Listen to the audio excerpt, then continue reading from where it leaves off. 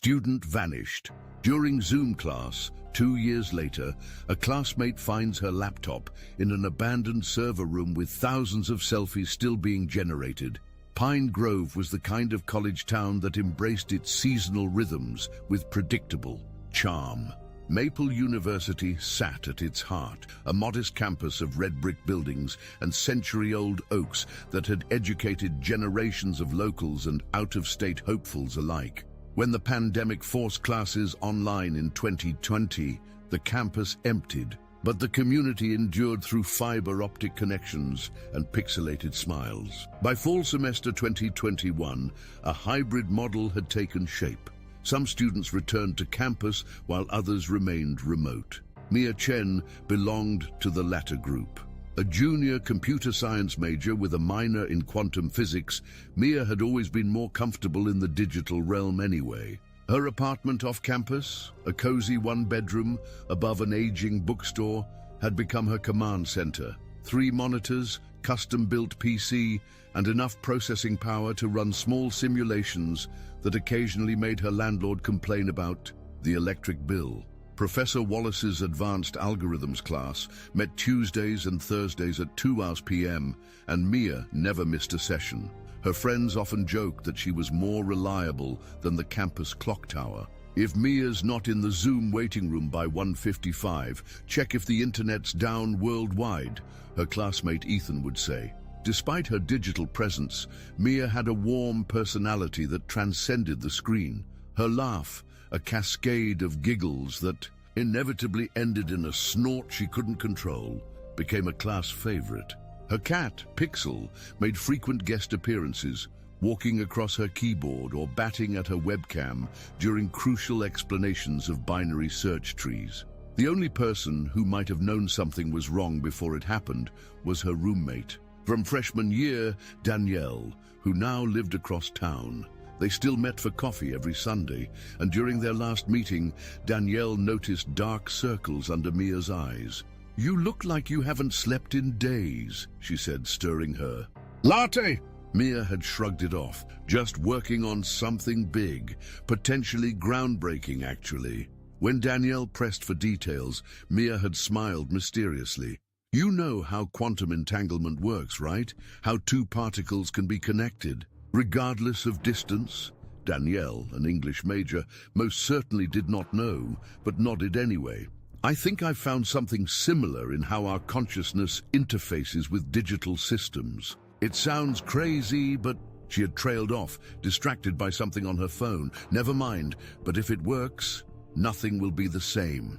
That was 2 days before the incident, before Mia Chen became both a local mystery and an internet legend. Thursday, October 14th started like any other day. The weather app showed rain, and the patter against Mia's single window provided a soothing backdrop as she prepared for class. She had been active in the class Discord that morning, sharing a link to a new research paper on quantum computing applications. At 1:53 p.m., she messaged Ethan, "Save me a breakout room spot, got something wild to show you." He replied with a thumbs-up emoji. At precisely 1:58 p.m., Mia entered the waiting room for Professor Wallace's class, right on schedule. The first 40 minutes of class proceeded normally. Professor Wallace discussed optimization algorithms, while 23 boxes of students nodded along, some visibly taking notes, others clearly browsing other tabs while keeping the class in picture-in-picture mode. Mia was uncharacteristically quiet, though her video showed her watching intently, occasionally typing something off-screen that wasn't going into the class chat. Her usual spot, seated at her desk with her bookshelf of computer science texts and sci-fi novels behind her, looked the same as always, except for one detail that Ethan noticed. The string lights she kept along her ceiling were unplugged, leaving the background dimmer than usual. At 2:42 p.m., Professor Wallace split the class into breakout rooms to work through a problem set. Mia and Ethan were grouped with 2 other students, Taylor and Zoe. "Okay, so for the first problem," Ethan began, but stopped when he noticed Mia wasn't listening. Her eyes were fixed on something beyond her camera, her expression a mixture of surprise and what might have been excitement. "Mia, "You with us?" Zoe asked. Mia startled slightly. "Sorry, yes, I'm here. It's just..." She glanced over her shoulder, then back at the camera with an odd smile. "I think it's actually working." "What's working?" Taylor asked. "The interface. I didn't think..." The audio cut for a moment, then returned. "Enough processing power, but the quantum simulation is stabilizing." Before anyone could ask what she meant, Mia's image froze. Her expression caught in a half-smile, eyes widened, looking directly at the camera. And behind her, visible just at the edge of the frame, was what appeared to be a figure, or the suggestion of one, a distortion in the air that resembled a human silhouette, but with edges that seemed to pixelate into the background. "Your video's frozen," Ethan said. Then, noticing the shape, "Is someone in your apartment?"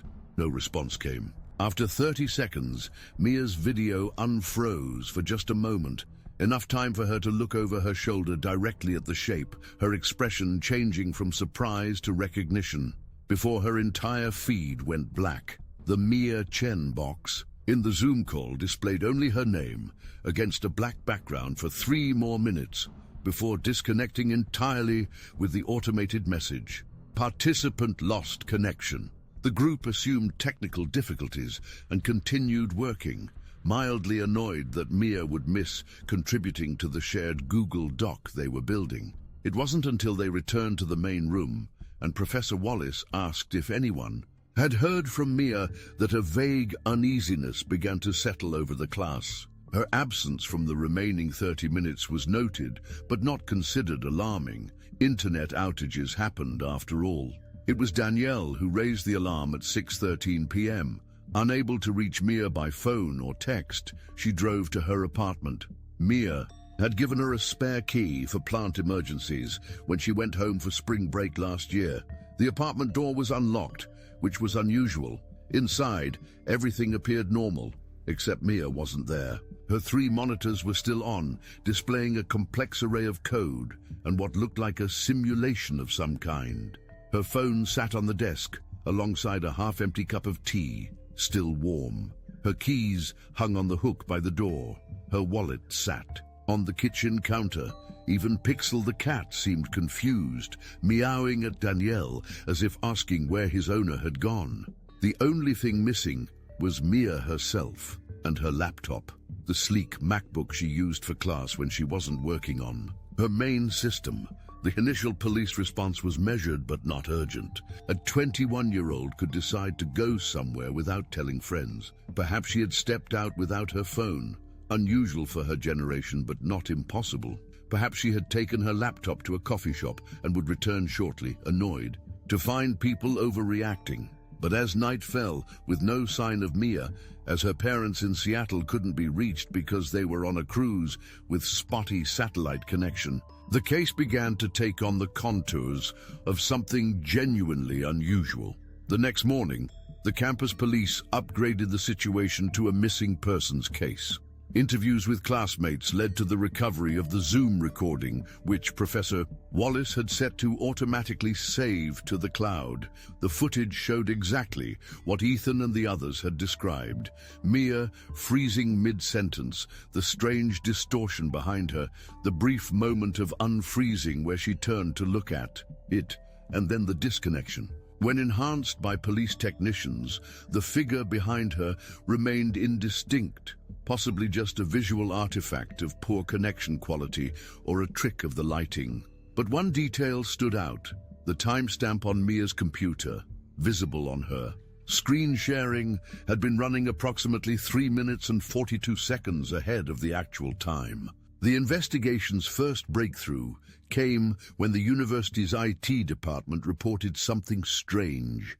Mia's student account was still actively logging into the university network, not just passively connected, actively accessing research, databases, quantum computing journals, and using processing power on the school's supercomputing cluster. When technicians tried to trace the connection, it appeared to be coming from everywhere and nowhere, bouncing through VPNs, redirecting through servers across 3 continents, and employing encryption that the university's security team struggled to crack.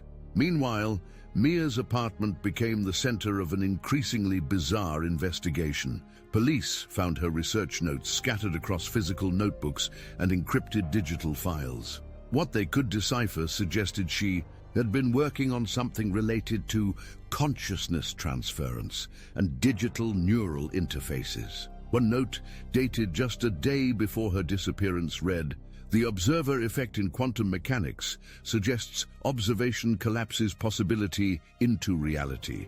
But what if consciousness itself is just uncollapsed? Quan tumadis.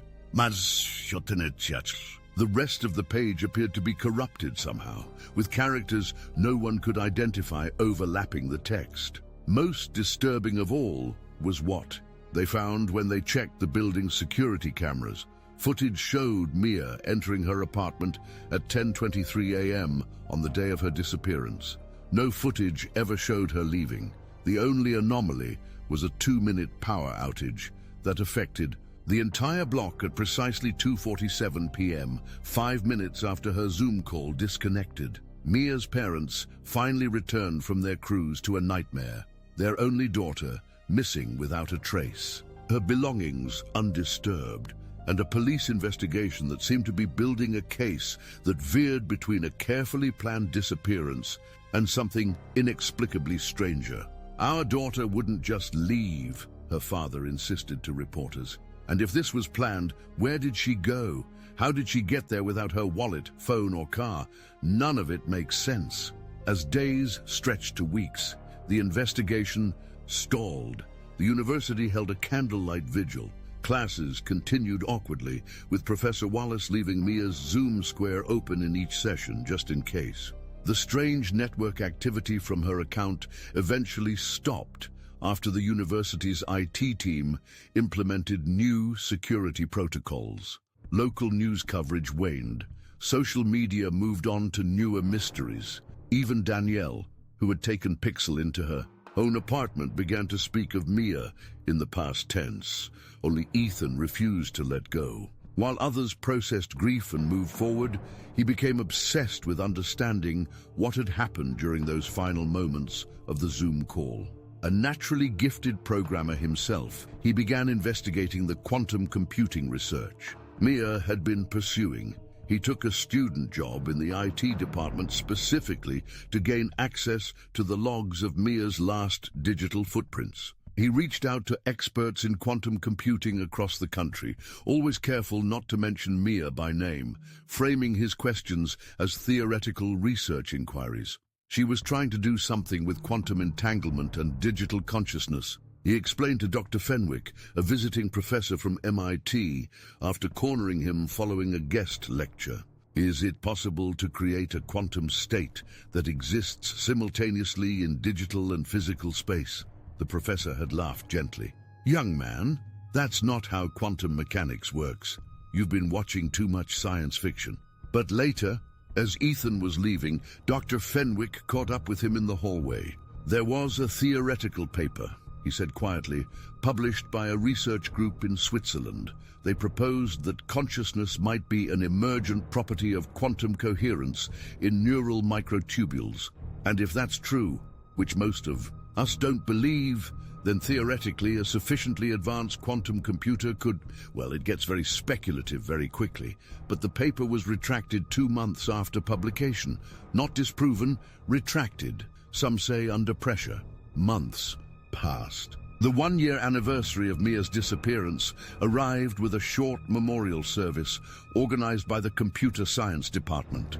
A small scholarship was established in her name. Her parents, who had relocated temporarily to Pine Grove during the initial investigation, finally returned to Seattle, taking Pixel with them. Mia's apartment had long since been rented to someone else, her belongings packed into storage. Only her complex custom PC remained unaccounted for. The university had claimed it for research purposes, though no one seemed to know which department had it or what they were researching. Ethan, now a senior and working part-time in the university's IT support division, had never stopped looking. His grades had suffered, his social life had dwindled, but his determination remained unwavering.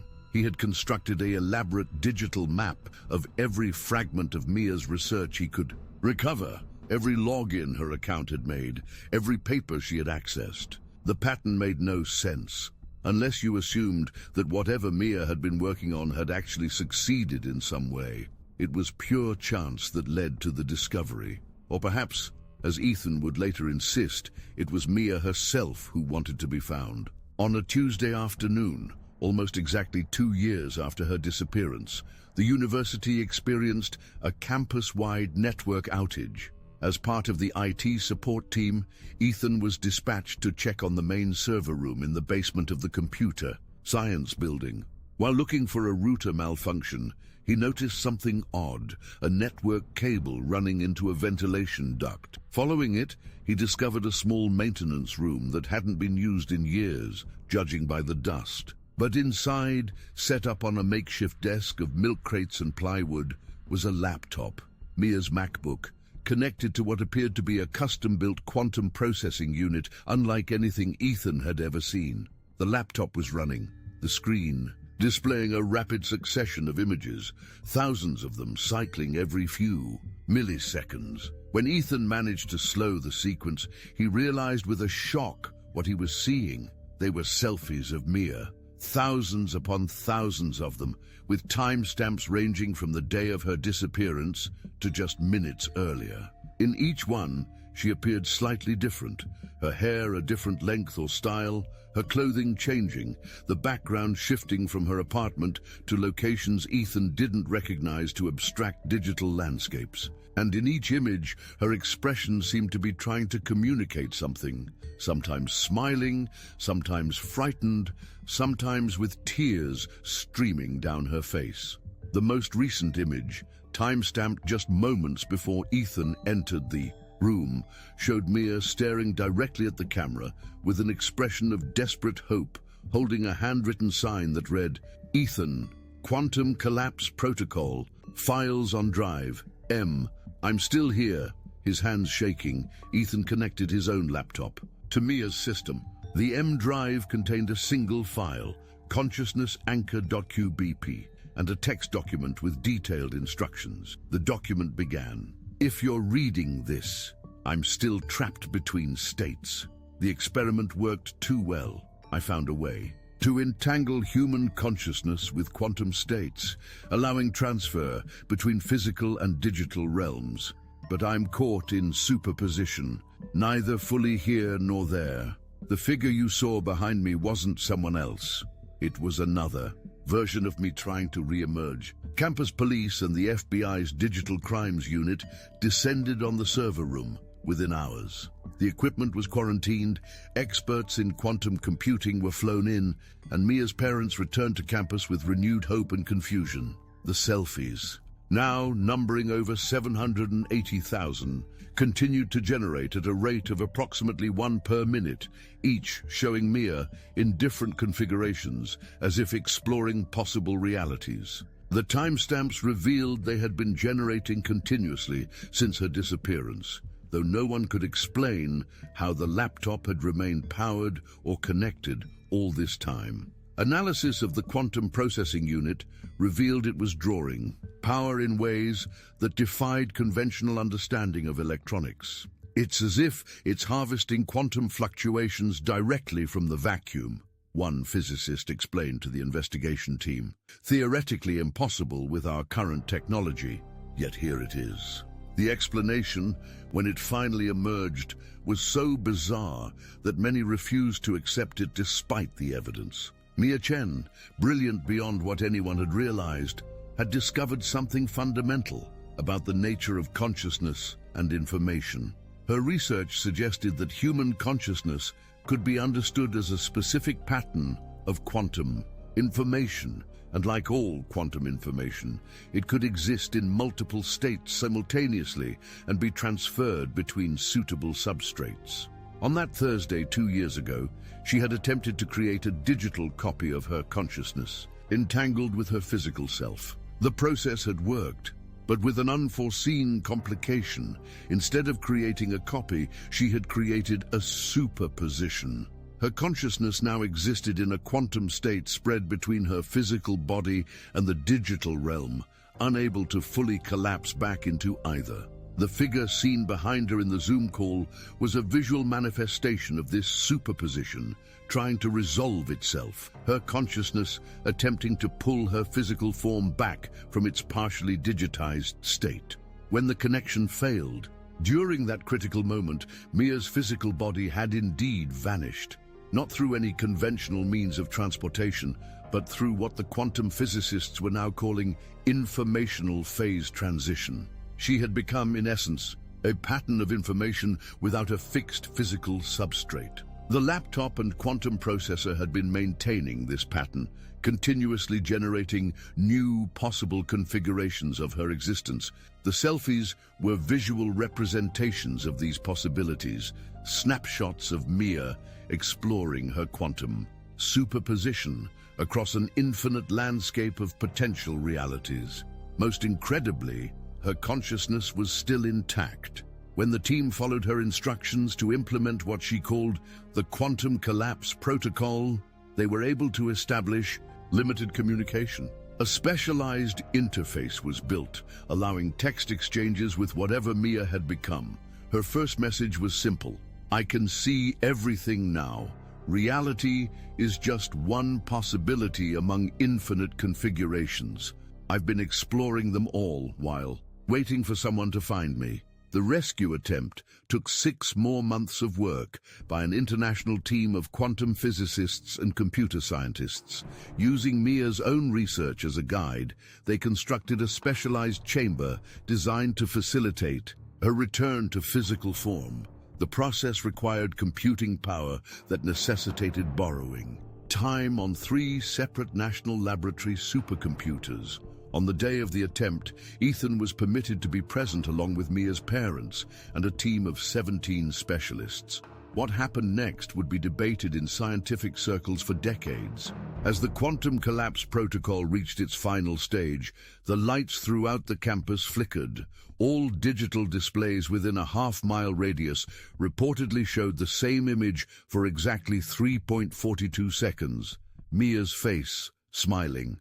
Then within the specialized chamber, a swirling pattern of light began to coalesce, gradually taking human form. The Mia Chen who emerged was both the same and fundamentally changed. Physically, she appeared identical to the young woman who had vanished 2 years earlier, down to the clothes she had been wearing during that fateful Zoom call. But her eyes held something different, a depth of knowledge that seemed both ancient and impossibly new. "I remember everything," she told her stunned parents as they embraced her. "Every possible configuration of existence, every path not taken, every reality that could have been." Medical tests confirmed she was human, alive, and healthy. Psychological evaluations found her mentally sound, but significantly altered in ways the examiners struggled to quantify. "It's like trying to describe a new color," one psychologist noted in her report. "She perceives and processes reality in ways our assessment tools aren't designed to measure." In the days that followed, Mia explained what she could of her experience. "Time doesn't work the same way when you're in superposition," she said. 2 years for you felt both instantaneous and eternal to me. I explored so many possible realities, versions where I never disappeared, versions where different choices led to entirely different lives. But I always maintained a connection to this reality through the quantum processor. The selfies were my breadcrumbs, my way of proving I still existed and trying to communicate. The figure seen behind her in the Zoom call, she explained, had indeed been another version of herself, a quantum echo trying to pull her back as she began to phase between states. The power outage that affected the block had been caused by the massive energy discharge of her physical form converting to information, and the laptop continuing to generate selfies. Quantum entanglement doesn't care about distance or conventional power sources, she said. Once established, the connection remains until deliberately broken. As for why her consciousness had split rather than simply copied, Mia had a theory. Consciousness might be fundamentally quantum in nature. It can't be copied because of the no-cloning theorem in quantum mechanics. Instead, it entangled and smeared across multiple states of existence. Mia returned to her studies the following semester, though now as something of a celebrity. Her research, published under strict government oversight, revolutionized understanding of quantum computing, consciousness, and the nature of information itself. Ethan, who had never stopped searching for her, became her closest collaborator, and eventually more. The quantum processor that had maintained her existence was secured in a specialized research facility, still occasionally generating selfies of possibilities that would never be realized, ghost images of Mia in realities that hadn't collapsed into being. Years later, when asked if she regretted the experiment, Mia always gave the same answer. How could I regret discovering that consciousness is more fundamental than reality itself? I learned that we're not just observers of the quantum world. We are quantum processes ourselves, constantly collapsing infinite possibilities into the single reality we experience as life. The only thing I regret is not leaving better instructions for finding me. Then she would smile, that same half-smile frozen in the Zoom call years ago, and add, "But I knew someone would look in the right place eventually. In at least one reality, someone always does."